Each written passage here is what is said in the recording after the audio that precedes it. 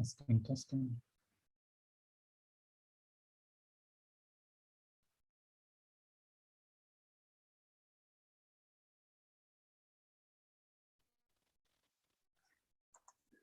Testing, testing.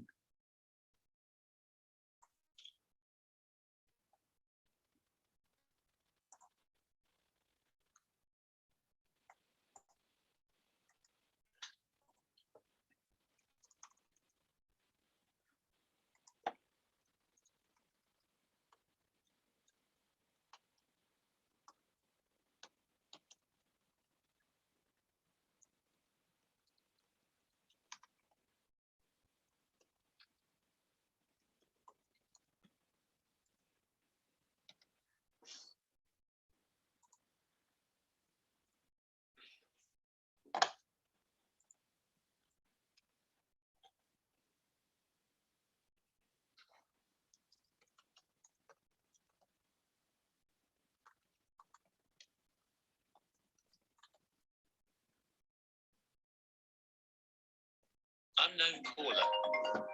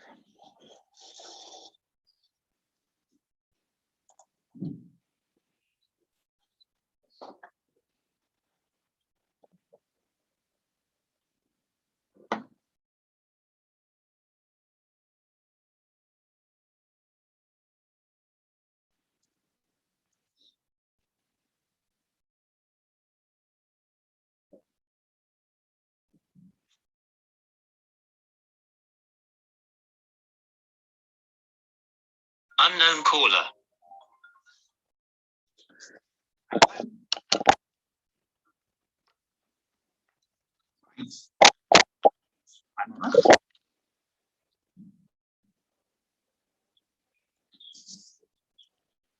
Okay. Okay. So shall I pop in on Wednesday? Is that the best thing?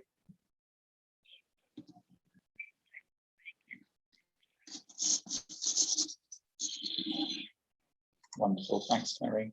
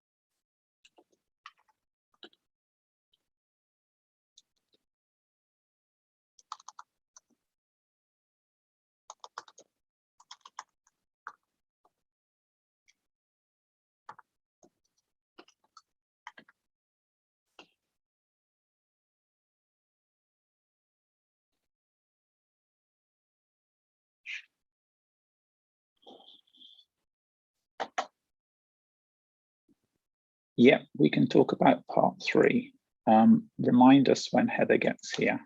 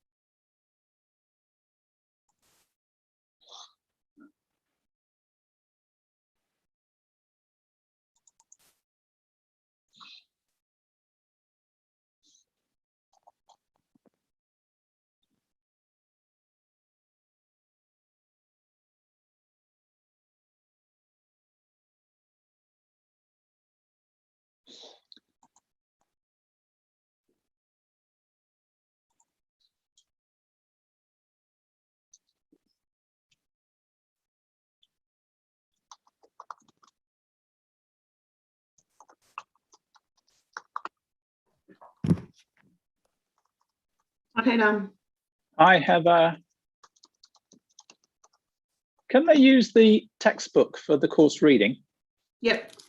Yep. You didn't say otherwise? No, I haven't said otherwise.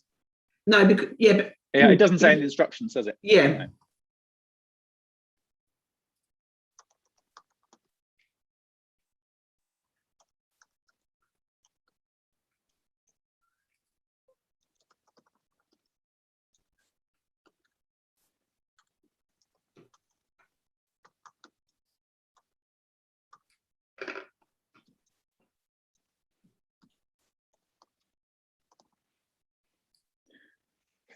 We've had a question you'll have seen in the chat asking us to go through part 3, which I think people are struggling with a bit.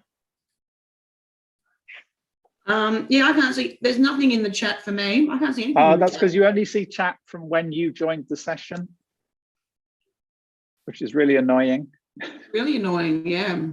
Yeah, so basically they've said, my mic isn't working, but can you talk us through part 3 of the assignment as I'm struggling to start it and what to say? Sure, we'll get there.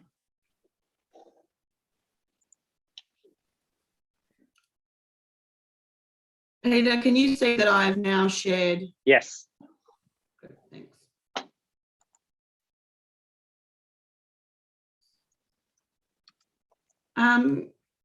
If Kayla is there, Kayla, if you're here, could you please raise your hand? I just want to check it's working. Thank you. You can put your hand down now. Thanks, Kayla.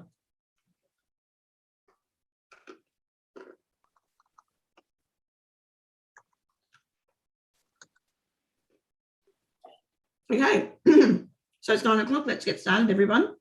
Thanks for joining today for week 10. There's only like 3 weeks worth of tutorials left and 4 weeks left of the course. So week 10, 11, and 12, we have tutorials. And then week 13, it's just the some wrapping up stuff that we'll do in the Q&A session. So definitely we're reaching the end of the course. I understand you guys are super stressed out about your assignment that's coming up. I want you to have a little bit of reflection time though and think about how stressed out was I about assignment 1 and that turned out to be okay. And so think about that for assignment 2 as well, okay? It's a little bit of stress is good, but so much stress that you're paralyzed is not so good. So let's take a look. Okay, today we have Helen Scobie, who is a counsellor from the University of Newcastle Support Services. And she's going to be joining Melanie's Building Successful Pathways session at 10 a.m. And she's going to talk you through things about taking care of your mental health, you know, how to manage those challenging times and you've got lots of assignments to do at the same time, feeling overwhelmed, all those kinds of things. It is normal to have those feelings of, oh my gosh, I'm overwhelmed. Oh my gosh, I don't know what to do. I'm going to fail this course. I'm a failure. I'm going to fail at university and everyone's going to say, I knew you couldn't make it. All those kinds of really negative self-talk is kind of normal, or it's not normal, but it's kind of usual, but it's not normal to allow it to continue. So please make sure you reach out. This university has fabulous resources. I wish we had a 10th of it when I went to uni. You know, free counselling, which you're going to learn about today, free financial advice, free career support, free learning support, free library workshops, and there's also the past sessions. So we've got lots and lots of free support for you. Please take advantage of it. And today, Helen will step you through that. Talking about free support, and make sure you raise your hand if you've got any questions. I'm just going to have Gemma. Oh, my dog is just wandering around the house, sorry. So don't forget, we also have the past sessions that are available, and there's 5 sessions a week. One of them is online, and the other ones are face-to-face, and some are at Arimba as well. So I think the ones with Casey at Arimba, sorry, it doesn't say that on that slide. So past is designed to help you with guidance and support to aid deeper understanding, improve your grades, and make friends in your subject. So if you can get along to those.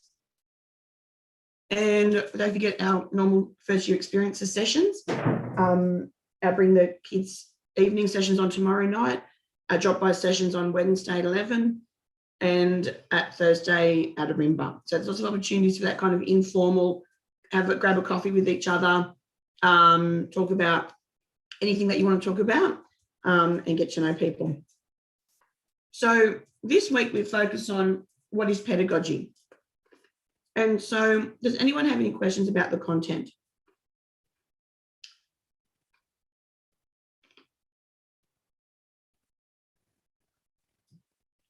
Phoebe has just said she recommends PASS, especially for linguistics.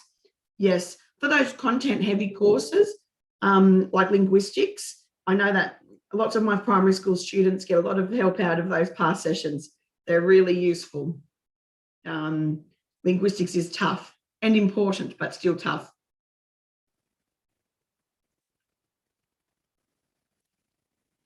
So would anyone like to have a go at defining what is pedagogy?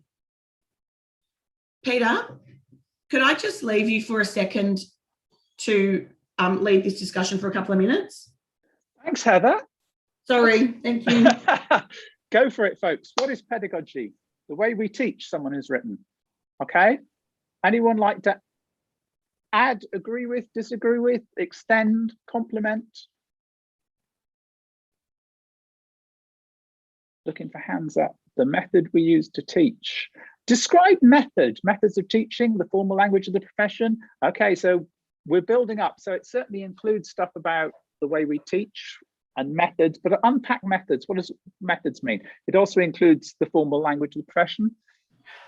When we say methods of teaching, what would be included? I mean, are we just talking about what you as a teacher do in your classroom, or are we talking more broadly? Includes assessment. Well, assessment and pedagogy are closely linked, but slightly different. Yeah. Pedagogy is kind of underpinned by your values. Keep building. So go back to that question I had about, if we're talking about methods of teaching, what would you include as what comes within methods of teaching? So if I was talking about how I group kids in my classroom, is that part of pedagogy? Problem solving? You certainly have to. Structuring lessons, yeah, absolutely. Okay, so how about if I'm talking about having kids in year groups, so grouping by age, is that part of pedagogy? Yeah, these are agreeing with all of these things that are coming up here. I'm wanting you to answer me a question about, does things like year grouping and having a timetable and how we structure the school day, all that sort of stuff, is that part of pedagogy? Yes, says Belle.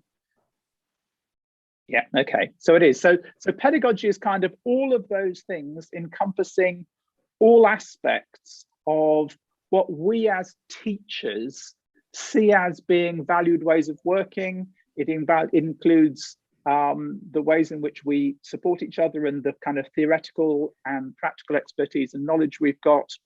So if you go back to my waffle in last week about theories and about views of learning, and I talked about sociocultural theories, and we looked at the early years learning framework, the becoming belonging business, then that thing that is about how we as teachers view our knowledge and our ways of thinking would all become included as part of pedagogy.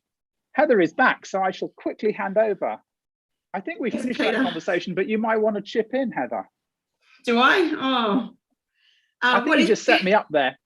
Move on. What is pedagogy? I'm looking at what everyone's saying, and the way we teach, the methods we use to teach, methods of teaching, the formal language of the profession, the efficiency of forms of teaching, our values, problem solving, structuring lessons, the way we communicate, being open to teaching new ways that may not be in your comfort zone, etc. Tailored approaches we can take to teaching. Thanks, Jessie Connolly. That's a really good one. So and the yeses are about my talking about things like how we group kids in year groups and how we structure the school day, and all of those things about how we kind of organize and structure everything to do with our provision is all part of pedagogy. It is. So we've got pedagogy, we've got andragogy. So andragogy is not really spoken about very much. Andragogy is the teaching of adults, and pedagogy is the teaching of children. And I think that the whole distinction between the two is slightly problematic because they imply different views of how people learn. And so if you don't buy into a staged view, a kind of Piagetian view of development, then actually the notion that people learn differently because they're 30 rather than 14 or 9 becomes problematic. Yeah, I think that's interesting, Peter. For me, and I don't disagree with you either, by the way. You can disagree with me if you like. We often talk about andragogy, well, we used to anyway in the Australian context, when we're talking about VET, so vocational education and training. And so my opinion of you, Peter, is that you are trying to encourage our students to develop those practices of andragogy, because what we do here in the course is we lay it out for you. We don't hide things. We don't like, oh, you know, soon we'll talk about this. We give you the whole tutorial outline basically. And that is kind of an idea of andragogy, so that students will approach the learning when they're ready to do it, but they've got all the information they need up front. Couldn't you also say that was part of the kind of the 8 ways of learning thing that apparently some Aboriginal communities, where you start with the whole and decompose rather than starting from parts and build up? Possibly, yep. And that's also good pedagogy anyway. Absolutely. But yeah, I mean, pedagogy is at its very basic. You know, we often say it's the art and science of teaching. So if you listen to, and we're going to listen to it next week actually, a radio interview with Laureate Professor Jennifer Gore, who's here at the University of Newcastle, who helped to develop the quality, or she refined the quality teaching model from productive pedagogies in Queensland and from authentic pedagogies in the United States. And so she often talks about, you know, the qualities of a teacher and qualities of teaching, but her focus is on teaching. So pedagogy looks at, well, what's happening in the classroom and what is the teacher doing to encourage student engagement. Phoebe just said, would it also be different in terms of where you come from, for example, city versus rural? How I like to see it, Phoebe, is like this, and I've often explained this because I was both a rural teacher and a city teacher, is that you come into teaching with, you know what your pedagogy is, you know what works, you have different approaches that you like to do to teach your students. But what happens is it gets cut through a certain lens. So when that lens is high school teaching in a remote area, that might be a little bit different to teaching in a high school in a city area, which might be different to teaching at a university. But if you have that pedagogy that's strong and you know what it is, then how it cuts through will look a little bit different. So, for example, for me, to me, it's really important to have an affective, so that's the heart or the emotions, and an effective, which is the cognitive connection with the students. And how that looks at school, at high school, is a lot different than how it looks at university for lots of different reasons. Primarily because I don't see university students as much as I see my high school students. So, you know, that pedagogy is that decision-making that we're making about how we're going to approach the teaching and learning in our class today. And I think when we focus on learning, that helps us focus on what the students' needs are, which then helps us respond to the students in front of us, if that helps.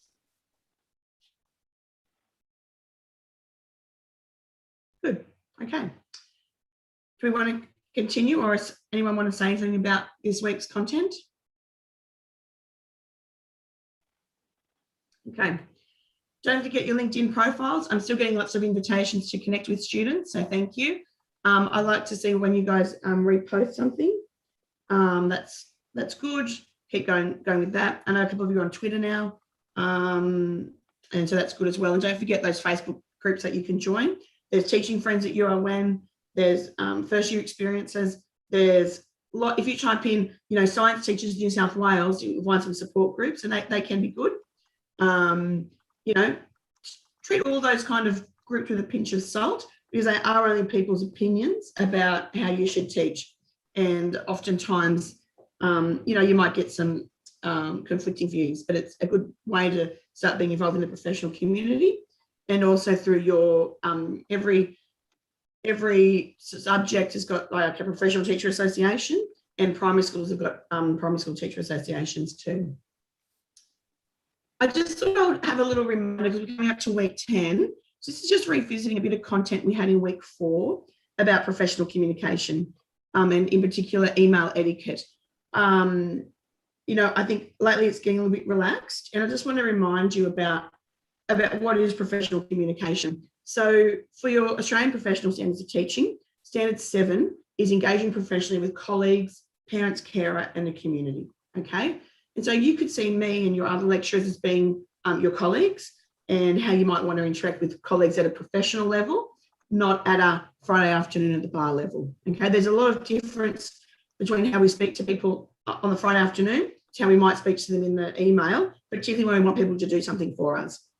So just a reminder, in many instances, emails can be the first impression that you give someone in a professional context. It is important that you begin to communicate in a professional manner now. It will help you, particularly with professional experience when you're getting in touch with your supervising teacher, or when you're emailing Nessa for the 10th time about land title or something else.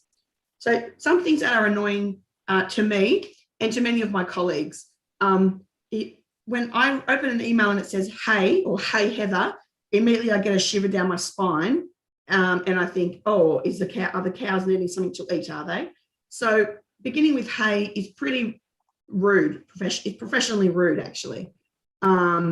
It's like you call out, hey, Heather, do this for me. I'm not your waiter. So, you might want to say, my dearest, loveliest, most wonderful, excellent Royal Highness Heather. That's an option. I don't mind. Joking. You could start off with, good morning, Heather. Good afternoon, Heather. Good evening, Heather. To Heather. Dear Heather. Hi, Heather. Sorry? Hi, Heather.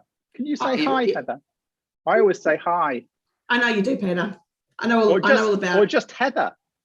No, I think that's pretty rude.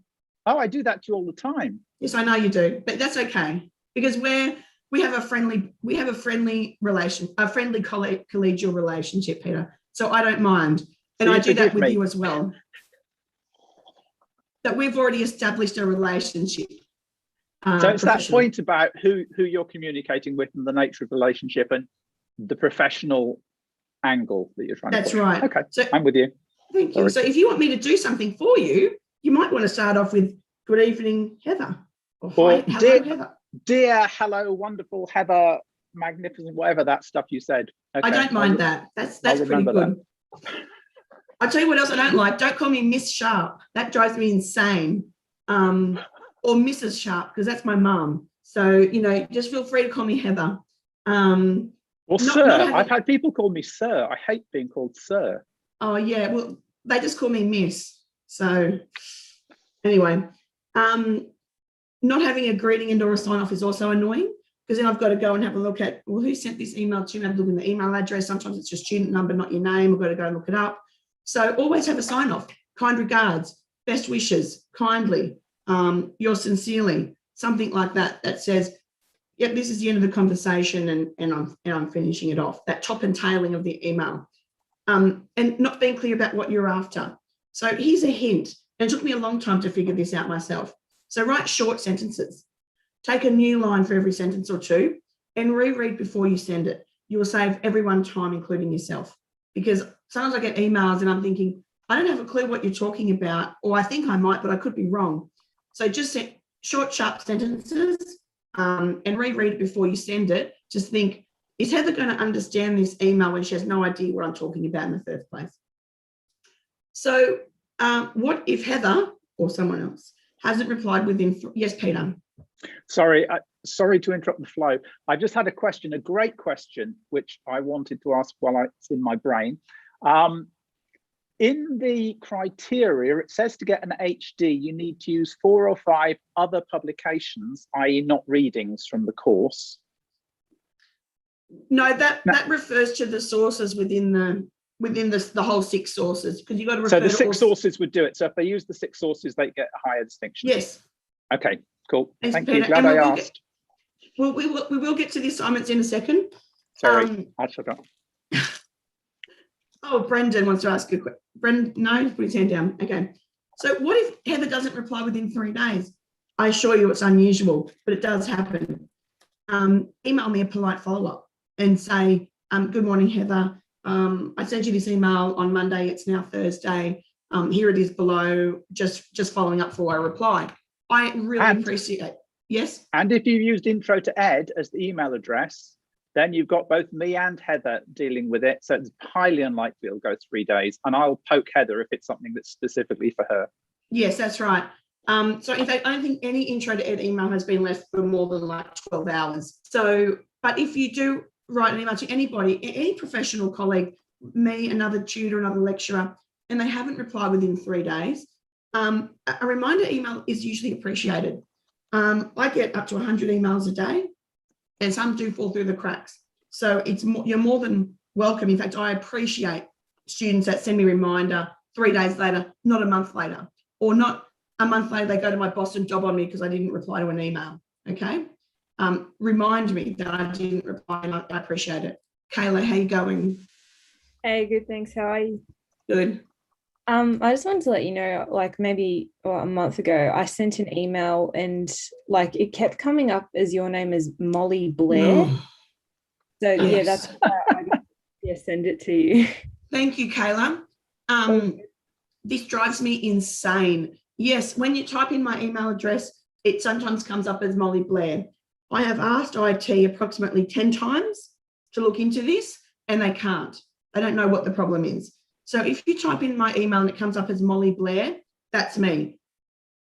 So don't worry about it. I absolutely get those emails, and it's very frustrating for everybody because sometimes students will send me the same email 5 times because they think, who's Molly Blair? Well, there is someone called Molly Blair, but any emails that go Molly Blair, I get, so don't worry. Thanks for raising that. It's really annoying. And so as Peter said, the best email for this course is introtoed@newcastle.edu.au. And just also a reminder, when you're emailing staff, it's at newcastle.edu.au. Don't get cranky at me if I don't reply to heather.sharp@uon.edu.au, because that's not me. That's some random student from 20 years ago. So make sure for any staff, it's at newcastle.edu.au. For students, it's at uon.edu.au. And I have been loving seeing students with their email signatures being set up. And so we've got people doing that, and it's really good. It helps me because then I can look at them and go, aha, okay, you're primary, or your teaching area is this. I know where to direct your inquiry. So set up your email signature, your name, your student number, the degree you're in. If you're high school, your first teaching area and additional teaching areas, what campus you're on, the year you commence study, and a photograph that can be used to identify you. Actually looks pretty schmick. A nice one, not your Friday night one, your Monday morning ready for work one, okay? So why did you all come here today? Assignment 2, I know. So it's due at the end of this week. It's due at 11:59 p.m. on a Friday night. And you submit it through Turnitin the same way that you did for assignment 1. So are there any questions? I'm just going to take a eucalyptus drop. I hope you don't mind.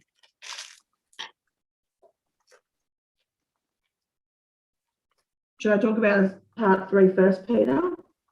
Yeah, why not? Okay. Okay. Sorry, just let me crunch for a second. All right. So part 3. So part 1 and 2, you've got your topic, you've got your sources, you've written your 6 annotations.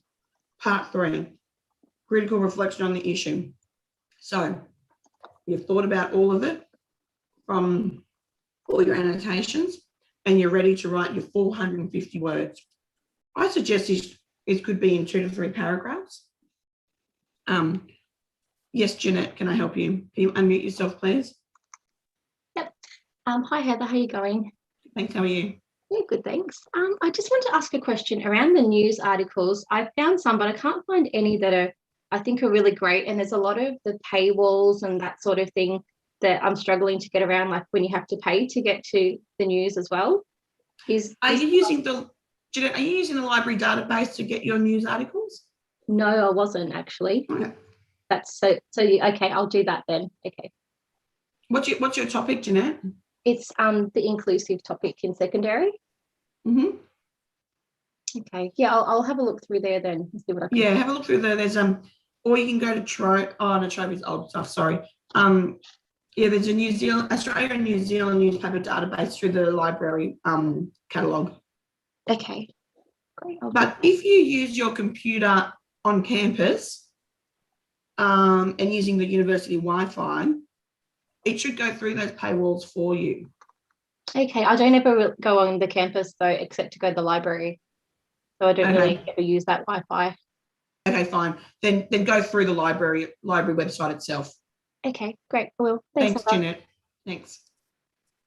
Okay. So it's a 450 word reflection, which is going to be more than one A4 page, but about 1.5. Okay. And so, but do the word count, not the page count. Okay. And of course, plus or minus 10% is allowed. So I think it's going to be about 2 to 3 extended paragraphs. Okay. And so what you do, it's got 3 main parts to it. 1, include an introductory statement about your chosen issue. Tell me why it's important. Tell me why it's interesting. Tell me why it's topical. And how does it relate to becoming a teacher? So what is it that a teacher, why would a school teacher be interested in this topic? Tell me, okay? 2nd, draw explicitly. So that means directly on your annotated bibliography from part 2. So actually say in the article by Twining, Twining states dogs are better than cats. You know, Twining, 2010, P.39, close bracket. Okay. We know this to be true because the other sources explain how awesome dogs are. So that's what we want you to do. We want you to draw explicitly on what you wrote in your annotated bibliography. You can use what you've written in those annotations. You could cut and paste them into your critical reflection. And then you can, you know, if Twining, Sharp, and Smith all said that dogs are awesome, you can write. Many authors agree that dogs are awesome, in brackets, Twining 2010, Sharp 2015, Smith 2019, close bracket. So you can use more than one source to say why dogs are awesome, for example. Okay, so you're drawing explicitly, you're drawing directly on your annotated bibliography. At this stage, you shouldn't need to go back to the original sources because you've read them, you've done your annotations, then you're using your annotations to then form your critical reflection. Provide a well-argued conclusion or summary of your views on your chosen issue in consideration of the literature. So tell me, what is your decision about are dogs better than cats? Are they both equally awesome? Are dogs far superior animal or are cats superior? Okay, so that's what we want to know. So the introductory and the conclusion are going to be smaller. That middle part, drawing explicitly on your annotated bibliography and telling me, critically reflecting on this topic. So thinking about it, thinking about how can I read between the lines of what the people are saying? What has been said in some articles and what hasn't been said? What is one of the authors intentionally leaving out? That's what we want you to do. It has to be more than just a summary. It has to be more than just Peter said cats are great. Smith said dogs are great. Sharp says they're both awesome. It has to be more than that. It has to look into what are the pros and cons of this issue. What haven't we talked about yet in these sources? What could have been spoken about in these sources? Okay, so it's that real critical reflection. What many of you would have done in year 11 and 12 English, okay? The reading between the lines. What are the gaps? Or what's been overemphasized and what's been underemphasized? Does that help? In assignment 1, that last part also required a critical summary on the Cornell methods note taking. So this is a similar kind of thing, but just we're pumping it up a bit. We've got 6 sources now. At some stage in that 450 reflection, all 6 sources at some stage need to be mentioned. Okay, I need to have some kind of bracket with them all, you know, with the mention at some stage. It doesn't mean you have to treat them all equally, by the way. You absolutely don't. And there might be a couple of sources that you think are really brilliant that you really want to focus on. And they could be brilliant because they're bad. They could be brilliant because they're really good. But they really help you reflect on the issue. So you're absolutely more than entitled to emphasize one source over another. Chelsea, can you, hi Chelsea. Hello, how are you? Good, thanks, how you going? Good. I just have a quick question. So with the structure, could you do a little introduction, then your extended paragraphs, and then a conclusion at the end? You could do that. Yeah. You could do that because but just make sure that you're writing in paragraph structure. So that if you do have a little introduction, it's still at least 3 to 4 sentences, because that's what minimum for a paragraph would be 3 to 4 sentences. Yeah. And what kind of structure should we use, like peel or teal? Yeah, you can use peel or teal. Okay. I tend to think at this stage you can't start to go like peel, not just one example but a few, to combine them together. So, but I think peel or teal is a good way to get started with the assignment. Yes. Okay, thank you. Thanks, Chelsea. Does anyone else have any questions about part 3? We're just going to do part 3 at the moment. Any other questions about part 3 of assignment 2? Are there any questions about the assignment in more general? Okay, we'll go Hanako. Hi, Hanako, how are you going? Hi, Heather. I just have a question about when we write in the table for part 3 and also in reference, do we have to have space before we start paragraph, or we don't need to worry about it? So does it make sense? Sorry. When we start paragraph, do we have to have space before? Oh, like a line space? Yeah. Yeah, have a line space. I try. Is it just I usually use tab to have space, but because it's in the table, it just goes into next table, and I couldn't have. Oh no! Don't use tab. Use enter. Enter. Okay. Yeah. Well, and I think that maybe what's happening in the good old days when I was young, you indented the first line of a paragraph. Yeah. And you didn't put a line break between paragraphs. These days, that's old hat. These days, you don't indent the first line of a paragraph, but you put a blank line before the start of a paragraph. So conventions have changed. Yeah. Okay. So same as, when I write reference as well, I just, don't have to worry about having any space before the name. Just have indent. Yeah. Okay. Thank you. Thanks, Hanako. Thank you. I'm just confirming that part 3 is only 450 words in total, okay, for part 3. Part 2 is approximately 225 words per annotation, all right? Are there any other questions about assignment 3?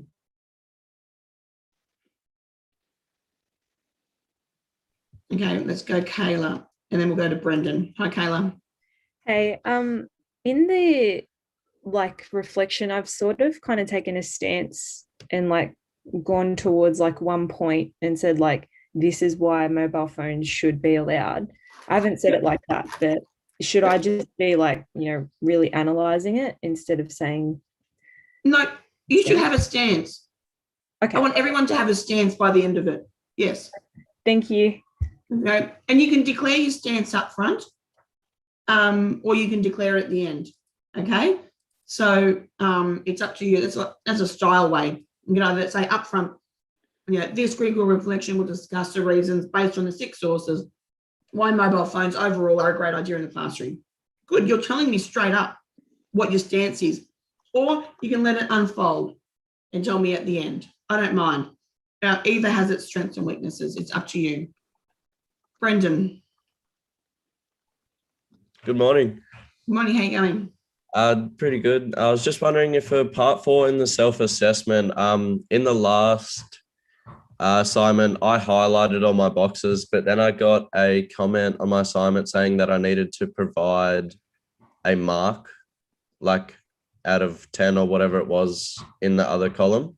I'm just not sure if that's what we need to do as well as highlighting the boxes. Ideally, you should also write the comment, the actual numerical number, because there's a column for you to do that. So yes, you should be doing that as well. Okay, no worries. Thanks, Brendan. Okay, are there any other questions about assignment 3 at this stage?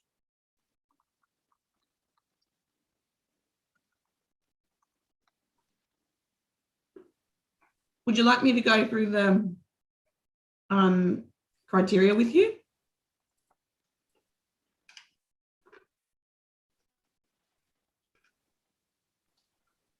No, Kayla says yes. Anyone else? Oh, isn't it assignment 2? Did I say assignment 3? Sorry. Sorry, Elizabeth Rose. Yes, I did mean assignment 2. So, all right. So let's have a look. On my screen now, you'll probably see the criteria sheet. So just as a reminder, there's 3 criteria for this assignment. The last criteria assignment 3, the last criteria 3 is the student self-assessment. So you can get 5 marks for this assignment just by rating yourself against all of the criteria. So this provides you with a good opportunity to reflect on what you've done. So when you're looking through the criteria and you finish your assignment, you're looking through it and you go, oh, did I actually do my in-text citations? Let me go and check. Let me go and fix those up. And then I can highlight myself on a high distinction. Then I can go over to that other, the self column, and I can say, yes, I did do this. I will give myself a 10 out of 10 for this. Awesome. Okay. It gives you the chance to reflect on what you've done. And sorry, yes, Brendan, 1.1 to 1.4 is out of 20. So let me just get through the criteria before you ask questions, if you don't mind. So that's criteria 3. So just by rating yourself and doing that reflection, A, you will most likely improve your assignment, and B, you've got 5 marks. Okay. Now let's have a look at academic understanding. So from 1.1 to 1.4, it's out of 20. Okay. So to get a really good mark, what we want you to do is that, yes, to get anything from a credit distinction to a high distinction, you need to have, I'm not going to read the chat while I'm talking, just so you guys know. I'm just going to minimize it because it's a little bit distracting. Can you ask questions at the end of each criteria? Okay, I'm just going to focus on the criteria and explaining it, not reading the chat. So to get credit distinction or high distinction, you need to have done the 6 sources with 6 sources, end of story. Okay, so you need to have done all of them. In the past, some students just do, you know, a video source and a news source, and they don't do the other 4. So that's what that means. You need to do each of the 6. Okay. You need to demonstrate understanding. So the understanding part is the summary. Can you actually tell me, if I pick up your annotation, do I know what the reading or the source was about? That's summarizing it. That's retelling me, what is it about? You've identified the main argument. You can tell me about it. 1.3 is evaluation. So within that, are you able to draw conclusions about the relative strengths and limitations of the sources based on weighing up evidence? So a lot of that will come into that 3rd part, okay? And a little bit in your annotations as well.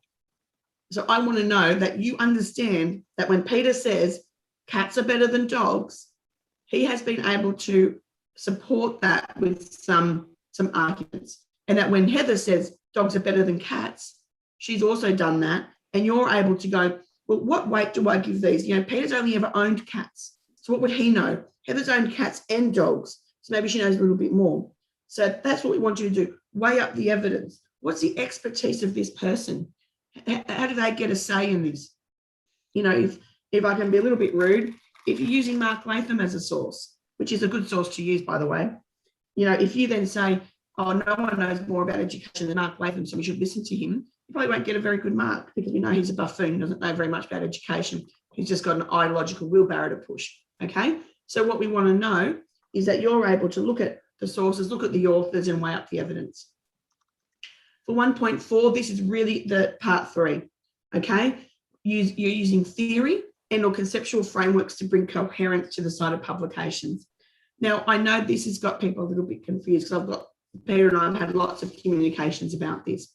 The theory and the conceptual frameworks is what's within those articles, particularly the academic ones that you've read. What are they saying about mobile phone use, for example? What's behind the scenes there? It's not about mobile phones any more than it was about Walkmans, or any more than it was about Discmans, or any more than it's about a piece of VR equipment, or any more than it was about typewriters. What's going on behind the scenes is how do we feel about technology in our classrooms? Okay, so there's those ideas behind what we're actually reading. So use those theories or use those understandings of how students learn best in order to bring coherence to the side of publications. Okay, so you can talk about pedagogy in it. You know, what are the pedagogical implications for using mobile phones in the classroom, for example? And that's that real chance for you to bring it all together and just have your stance. Okay, so that's academic understanding. Are there any questions about academic understanding? I'll now have a look at the chat. Emma, do we need in-text reference in the annotated part? Yes, if appropriate, you should. So if you say Twining in brackets 2010 thinks cats are awesome, you should do that.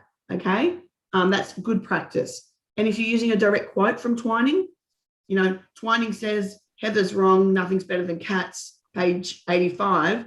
Make sure that you do that, because when you come to do your critical reflection, you've got all that stuff there ready to go. You can just go, yep, that's what it is. I can put it in there without having to go back to the original source. Okay. Then Shayla has said, in the annotated bibliography, should we do both limitations and usefulness for the source? Absolutely. Yes, yes, you can. Absolutely. 1.3 is that it's the criteria that will kind of carry over between the annotations and the part 3. So yes.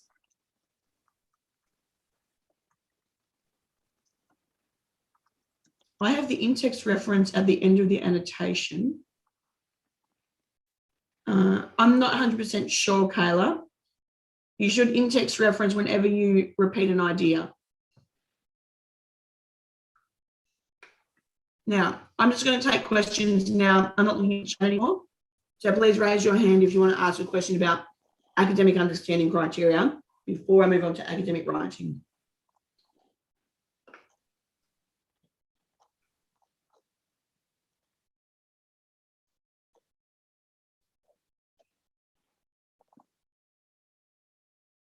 Okay, let's move to academic writing. So this is for 10 marks in total, and we've got 3. 1 is clarity of communication in professional English. 2 is structure of the response. 3 is APA 7 referencing. Okay, so the first one, it means that none of the following apply. You don't have long sentences, nor is it grammatically incorrect, including your spelling, and nor is there incorrect terminology or flowering language. What we want to see is that you're writing to an audience of professional lay people, we often say. So your language needs to be clear and straightforward. And so you're avoiding, if you look at your sentence and you've got and, or lots of commas everywhere, think about how can I chop up this sentence? You know, at the moment, my daughter in year 3 is learning about compound sentences. Okay, that's awesome, fabulous. When we get to university, we kind of want to get rid of some of those compound sentences. We want to bring it right back.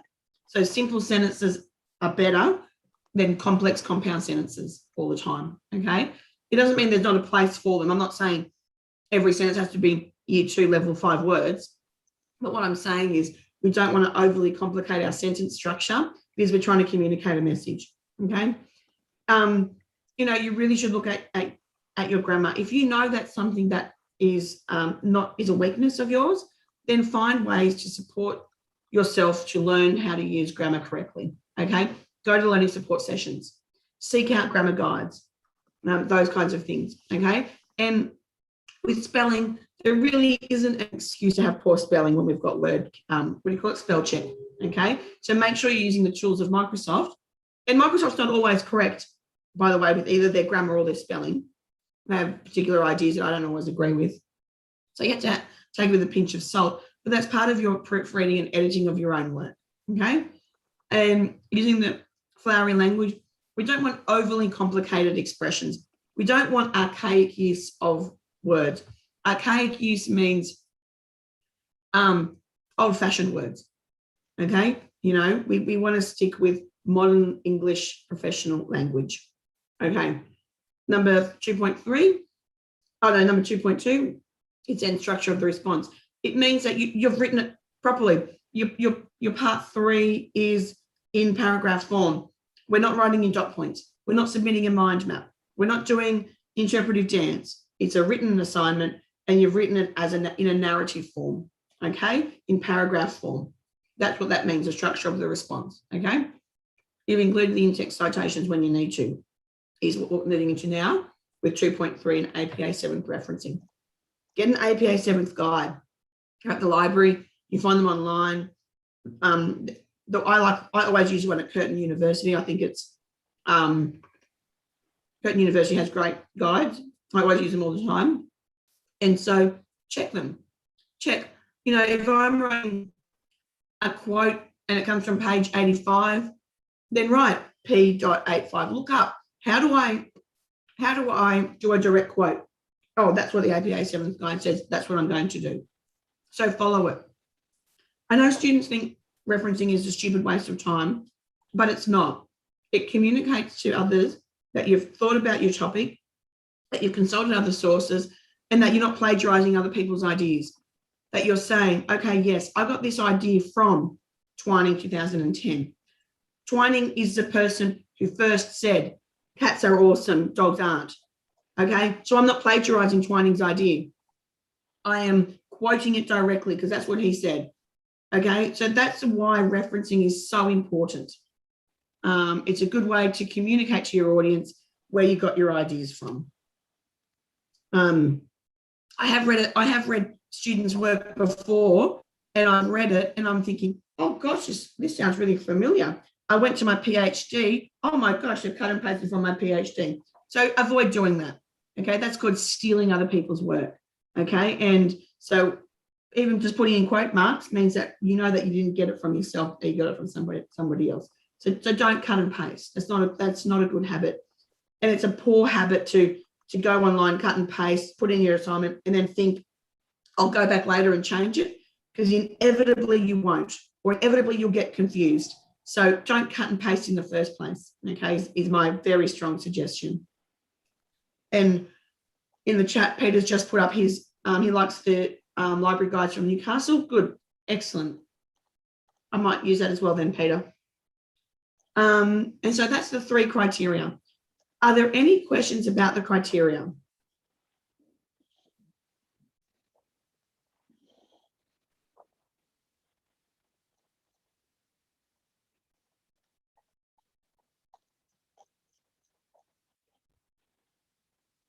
There are a lot of questions about whether I like dogs or not.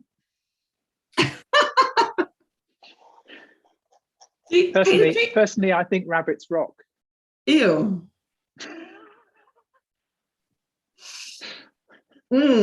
Okay.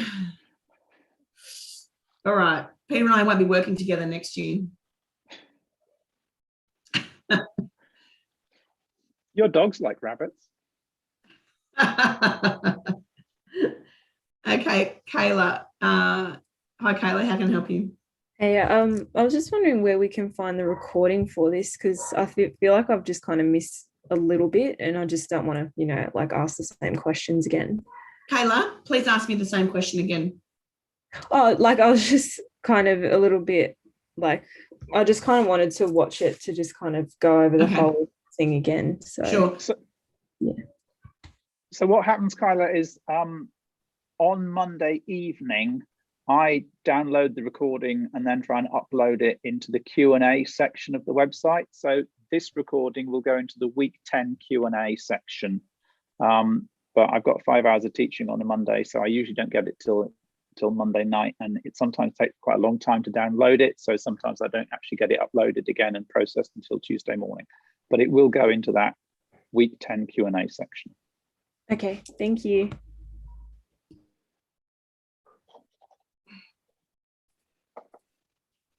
Does anyone else have any questions about assignment 3? I thought we'd have tons and tons. Assignment 2, Oh, why do I keep saying assignment 3? because it's getting close. And we had a question about, will we be going through it next week? And I'm saying, yes, we will. Yeah, wow. Okay, sorry. It's definitely assignment 2.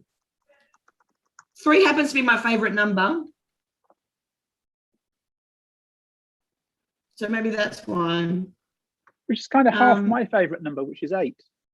Is yours 8, is it? Yeah.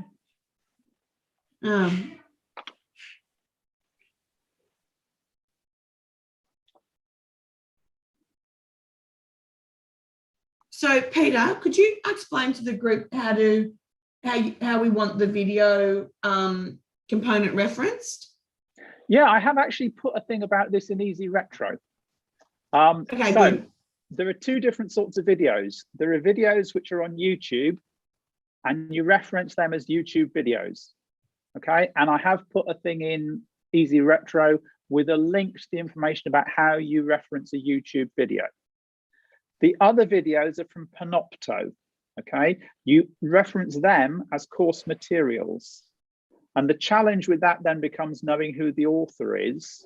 Now, there are, for most of the videos, there have actually been specific questions about them in the discussion forum.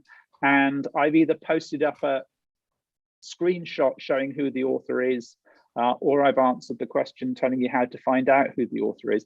So go into the discussion forum and use the search.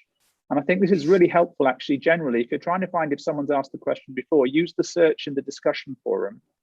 And for example, put in the name of the school for the video you're interested in, and you'll probably find a discussion forum item where your question has been answered about how to reference that particular video. Thanks, Peter. Someone asks how to double check a source is peer reviewed if it's not on uni library. So, Christy and everyone, normally academic journals are double peer reviewed. To check it, go to their website, whichever website that it comes from. I'll get up an example now if you like. Let's have a look. I'll just stop sharing this and I'll share. Okay. Okay, can you see a journal called Historical Encounters? Yep. Okay, so this is a website for Historical Encounters. It's a journal. It's okay. So I'm just going to go down here and I can see that it says peer reviewed. Okay. It says all submissions, blah, blah, blah, blah, blah, are subject to a preliminary internal review by an editor. Okay. These submissions deemed appropriate for publication in the journal are then anonymized, so we don't know who it is, and subjected, oh, that sounds a bit bad, to blind appraisal by 2 reviewers. That means, yes, that means that this journal is a double peer-reviewed, a peer-reviewed article, okay, and it's double blind. Double blind means Peter writes an article about how awesome rabbits are.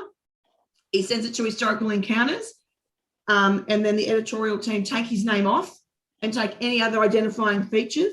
So if he quotes himself a lot, they'll take that out. So the reviewer doesn't know that it's actually Peter writing his 20th article about how awesome rabbits are. And they'll send it out to, reviewer 1, so Peter Smith in England and Deborah Smith in Germany. And Peter and Deborah will read the article and provide feedback to Peter and say either, yeah, this is absolutely fabulous, publish it, or you should make these changes, or this is trash, don't publish it. And then the editor will make a decision and say to Peter, this is trash, go away, or make these changes and we'll publish it. That's a double blind peer review process, okay? Because 2 people have read it who don't know don't know that it was written by Peter, okay?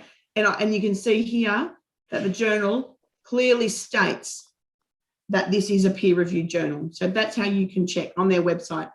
If it's not on the website, chances are that it's not a double peer-reviewed article, okay, or from a journal. Which is why for that part, you can't use Peter's blog as an academic source, because Peter's blog is what he decides to write, and no one gets to read it first and say, hey, Peter, have you ever thought that maybe dogs are better than rabbits?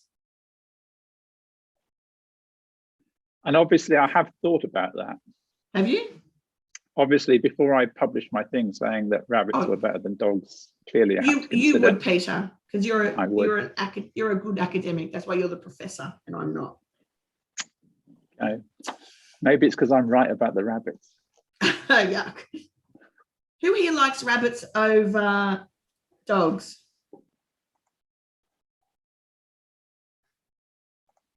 No one. Thanks. Thank you very much. Just what I thought. I think we should have a proper poll. Hang on, I'm going to set up a proper Okay, poll. Here. Jeanette, can I help you, or are you supporting rabbit? Are you supporting rabbits? I do think rabbits are cute. I don't have one, but they are cute. Well, they're vermin, and I've taken down your name, Jeanette. Thank you. Oh no. I just, while we quickly mentioned assignment 3, it just reminded me of a quick question I had around the due date. For assignment 3. Yeah, sorry, I know it's a bit off topic, but it just reminded me of a question, not about the actual assignment, but it says assessment week 1 on the Friday, and I just wanted to check that that's Friday the 11th of June. It is, and I've put that in the easy retro. Oh, okay, sorry, I haven't looked at that yet. Okay, I'll have a look at that then, but that's good. Okay, at least I know I've got the right date. Do. Thanks, Jeanette. Cool, thank you. And we'll go to Tori. Tori, are you here to support Peter, or do you have a good question to ask? I have a good question, but also I love my dog, so I'm a dog fan. Thanks, Tori. I've written your name down as well now. This is probably a question more towards Peter, what we were talking about with the referencing and the videos, the virtual videos. So Denmark Forest Children, it's on YouTube, but it's also like it came from data line SBS. So do I reference from YouTube or where it actually came from? I would go with YouTube because it's easier. What do you think? Okay. Okay. Thank you, Tori. Any other questions? No, that's all. Thanks. I'll just do YouTube. Emma has asked us to go over criteria for part 3 again. Emma, rather than do that, I would recommend, because you weren't here for that part, I recommend that you listen to the recording when Peter posted up tonight. But just briefly, part 3 is 450 words. I recommend breaking up into 2 to 3 extended paragraphs, or 3 to 4. And we're really looking at criteria 1.3 and 1.4 in that section, where you're really synthesizing, bringing together all the information. But we spoke about that for about 15 minutes, so I recommend that you just go back to the recording. Thanks, Emma. We've got 4 minutes left before Melanie's session starts with Building Successful Pathways with Helen Scobie. I really recommend that you go. Peter, would you like to share the results of your poll? I have shared the results. I'm beginning to think I should have included goldfish as an option. You would have got less votes for the rabbits then, Peter. Sad face. You have to read the room, Peter, because in Australia we don't like rabbits because they're vermin. I know, I'm aware of that. I feel good because I won the poll. Thanks, everybody. I appreciate your support. I'm going to find out who voted for dogs, and you might get some extra credit on your assignment. That's not entirely true, actually. I just realized this is being recorded. I better be careful. People have been bringing up what I've been saying in recording, so I want to make sure I'm clear. That was just a joke. So if there's no more questions, we've got 3 minutes to go, but I think we can end it now. Please go over to Helen Scobie session. She's fabulous. She's been at uni for a long time. She knows all about it, and she knows how to support students when they need support. Okay, so thanks, everybody. Heather, someone likes rats over dogs.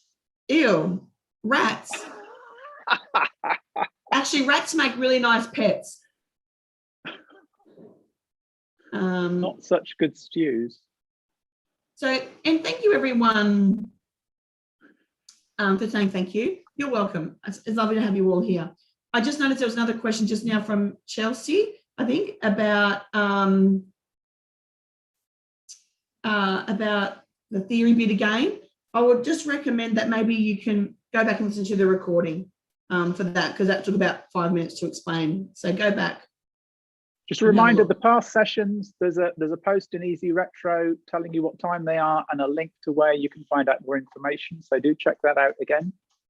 Yep, and here's the past stuff again. There's a slide of the past, so it tells you all that you need to know about it. And this reflects the information that you've been sent out a few times on the email. Okay, well, thank you everyone, and I'll see you all next week.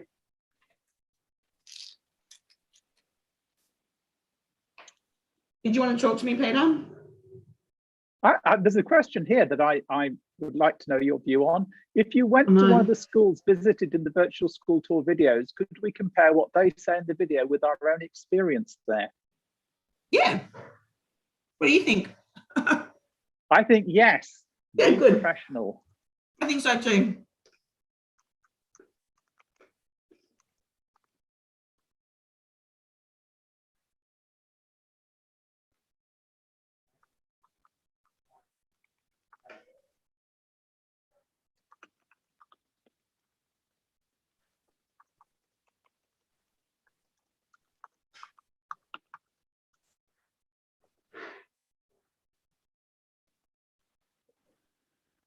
Oh.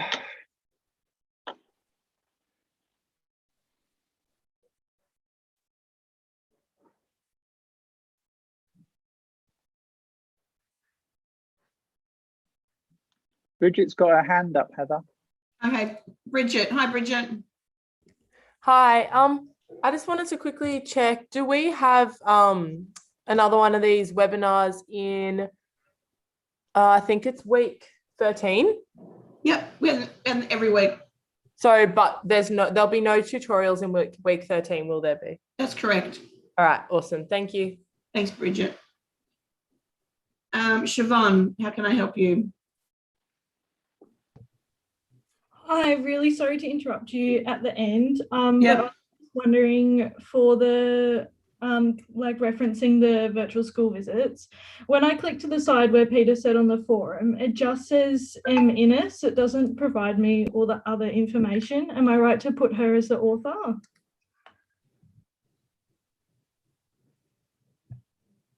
Yeah, I think yes, unless it says which video is it? Does it say on the front of the video the names of the teachers from the school? Yeah, it does. It's Grant Godfrey.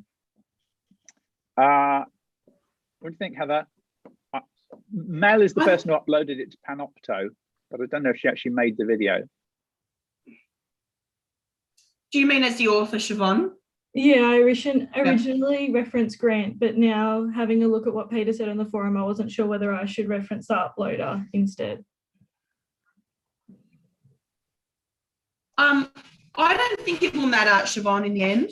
I think just reference it how you think the best way, according to an APA 7, whether that's Melanie Innes or the name of the school, it won't matter in the end, okay? Because I mean, there's going to be a little bit of variety.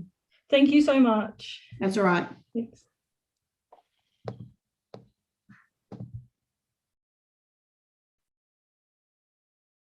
I'm happily removing people. Sorry? I'm happily removing people from the list. Oh, good. Okay, I'll do the same. It'd be nice if there was a remove all, wouldn't there? Yeah.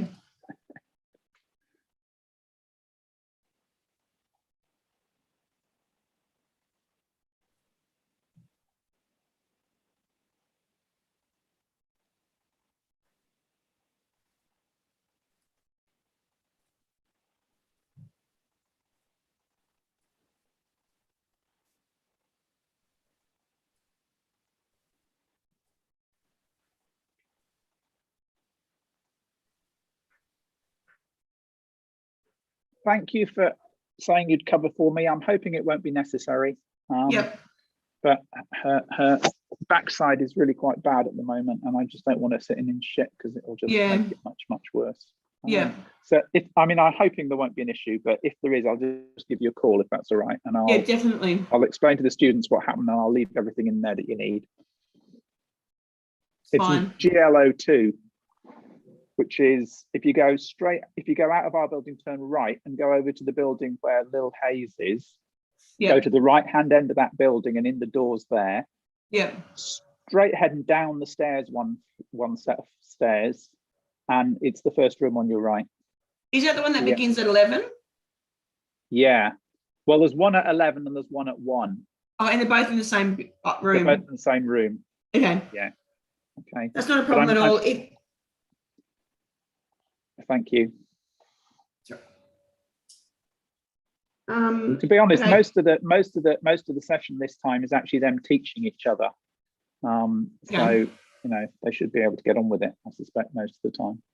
There weren't as many questions as I was expecting, so that's a good sign. Yeah, indeed. Cool. So you do wonder whether the people who come along are the people who actually are on top of it. Yeah, you do. Yeah, that's true. Hey ho. Okay, thank you, Right. Heather. Well, see ya. Bye. Yeah, cheers. Bye.